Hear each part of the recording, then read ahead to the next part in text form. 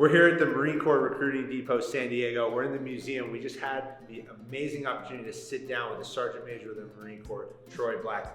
Impactful conversation about where the Marines have come, his 35-year career, and where the Marines are going in 2030 and beyond. Absolutely incredible conversation you're not going to want to miss. But we're going to take a tour of the museum with John Vasquez. He's going to take us through all the different rooms in here, show us where the Marines have come from and how they have changed history through 247 years. But we're starting right here with the colors. This is actually the battle colors, a rendition of the battle colors of the Marine Corps. It represents all of the campaigns, all of the service ribbons and medals and so forth that the Marine Corps has conducted in its entire history. We'll go ahead and start with the Centennial Room. So here you have the colors that moved from Mare Island, the American ensign that moved from Mare Island, which used to house recruit training, was eventually moved down here to San Diego. Machine guns that were used at that time period, the model 1895 machine gun, they called it the potato digger for this particular movement that would actually make while it was firing. So this room right here represents the Vietnam conflict and focuses on the history of the Vietnam War and the Marine Corps. This tunnel actually represents tunnels in which Marines, they nicknamed tunnel rats, would conduct operations going underground, because a lot of the Vietnamese kept their defenses underground so they can hide from American units as well as air power. And then you would go through the tunnel and come out to the other side, which would be the command area in which the Vietnamese would be housed and or have their commanders, decision makers and whatnot. Here we have a large terrain model. We use these terrain models to actually help teach the recruits the distinction of the various terrains and the battle space of various conflicts, to understand how the terrain and weather would affect operations and how difficult it would be to operate in that environment. One of the things that I also like to point out is Vietnam was a small unit war.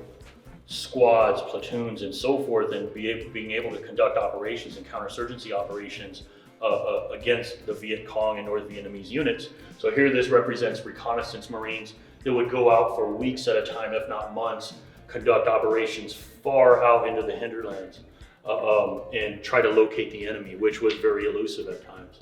One thing that I also like to point out in this photo, it shows a tiger. Now that tiger pelt right there, or skin, was actually taken by this reconnaissance unit after that tiger stumbled upon them. And I've talked to many Marines that said they experienced tiger attacks or seen the aftermath of tiger attacks out there. Because again, when you're in the field, you're out there with the environment, including all the animals and wildlife. These weapon systems here, going from the grenade launcher to the M16, the M14, and then this 30-06 Winchester Model 70. And that Model 70 is interesting because it's a replica of Gunnery Sergeant Carlos Hathcock's sniper rifle that he used in Vietnam. Again, nicknamed the White Feather for his exploits during the Vietnam War and so forth. We still use these. And this is dedicated to the Marine Corps Women's Reserve of World War II and the important contributions that females had during this time period, which laid a hallmark for the current force. Of course, the first females began enlisting in the Marine Corps in World War I, okay, but it was World War II in which they really began to blossom and take off. So this room is actually dedicated to those females, which were a major part of the Marine Corps during World War II.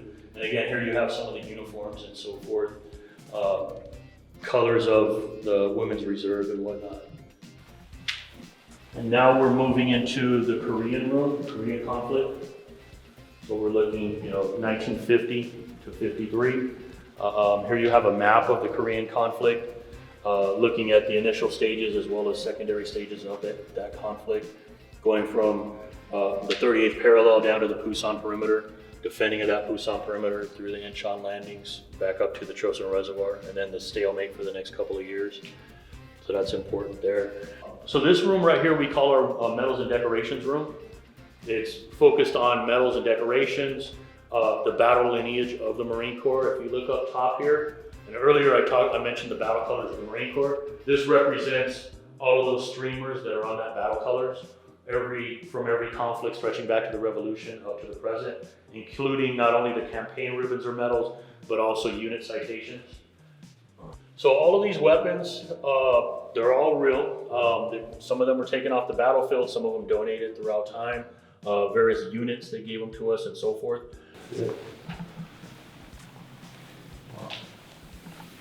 Well, thanks.